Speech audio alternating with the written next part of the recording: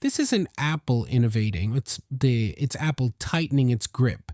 Every time leaks about a new iPhone start piling up this early, people assume it's hype season. Bigger battery, smaller cutout, new chip, better cameras, the usual wish list.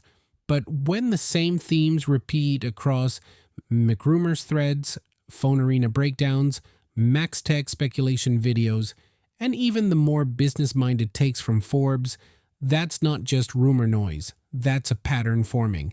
And patterns usually say more about a company's state of mind than its product roadmap. Because look closely at the iPhone 18 Pro Max chatter and you'll notice something strange. No wild redesign, no risky form factor, no one more thing shock, just a quieter promise, longer battery, cleaner screen, smarter camera, more efficient chip. On paper, that sounds boring. Psychologically, it's loud. It tells you Apple thinks the smartphone war isn't about excitement anymore. It's about endurance. Think about the timing. There's talk the Pro models could come first in fall 2026, while the regular models slide later. If that happens, Apple isn't just releasing phones, it's steering the upgrade cycle toward higher margin buyers. That's not a tech decision, that's a behavioral one. It nudges the most eager upgraders and the people who line up in September out of habit toward the most expensive options. Not forcefully, just structurally. Like rearranging a grocery store so the premium stuff sits at eye level. Now the dynamic island possibly shrinking or disappearing. Tech Twitter will treat that like a historic victory. Finally, full screen, innovation is back. But let's be honest for a second. Most normal users stopped noticing the cutout after 2 weeks. It's like a tiny scratch on a car door. The owner forgets it, the reviewers keep staring at it under bright lights. So why chase a smaller cutout? Not for current users, for perception. A smaller cutout is a visual signal that Apple is still progressing. It's Apple saying, without saying, we're still moving forward, relax. And in a market where Samsung experiments loudly and Google reinvents itself every other year, Apple's biggest weapon is the feeling of calm progress. Then there's the battery focus. This is the part enthusiasts weirdly underrate. Bigger battery plus efficiency gains from an A20 series chip isn't flashy, but it's deeply strategic. When multiple outlets keep circling battery life as a core theme, that's usually because supply chain whispers are consistent. And Apple doesn't center battery unless it thinks people are quietly dissatisfied.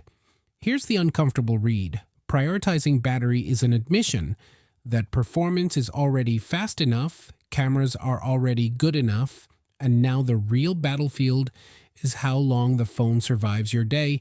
It's not sexy, but it's honest. And honesty is dangerous for competitors because it aligns with what the silent majority actually feels. Reddit debates peak brightness. Real people just want their phone alive at 9 p.m. Variable aperture cameras and new sensor stacks sound like photography geek candy, and yes, they matter, but Apple's camera strategy has been consistent for years. Give control to those who want it, hide complexity from those who don't. It's pro without pressure.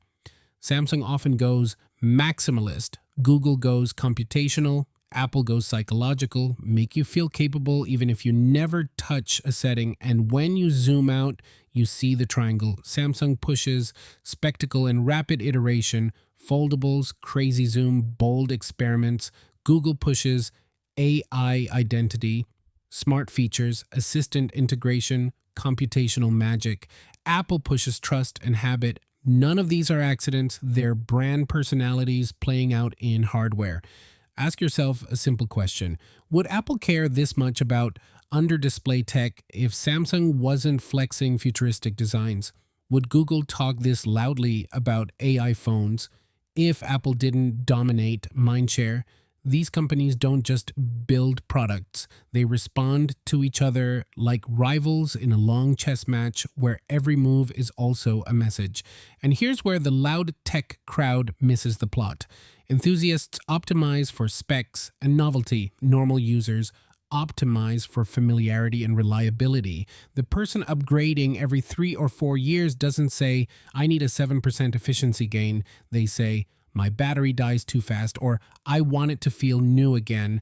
Apple knows this probably better than anyone. That's why the iPhone 18 Pro Max rumors feel less like a revolution and more like consolidation. Apple isn't trying to shock you, they're trying to make leaving feel unnecessary. Even pricing strategy rumors, possible storage reshuffles, or indirect increases fit the same pattern.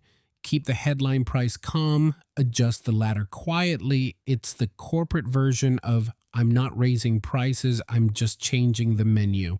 Investors stay happy, customers feel less sticker shock, competitors look more expensive by comparison. If you have watched Apple long enough, this rhythm is familiar. Big leaps when the market needs convincing.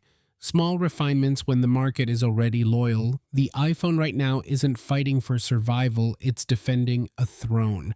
So the real story of the iPhone 18 Pro Max isn't the battery or the chip or the disappearing cutout.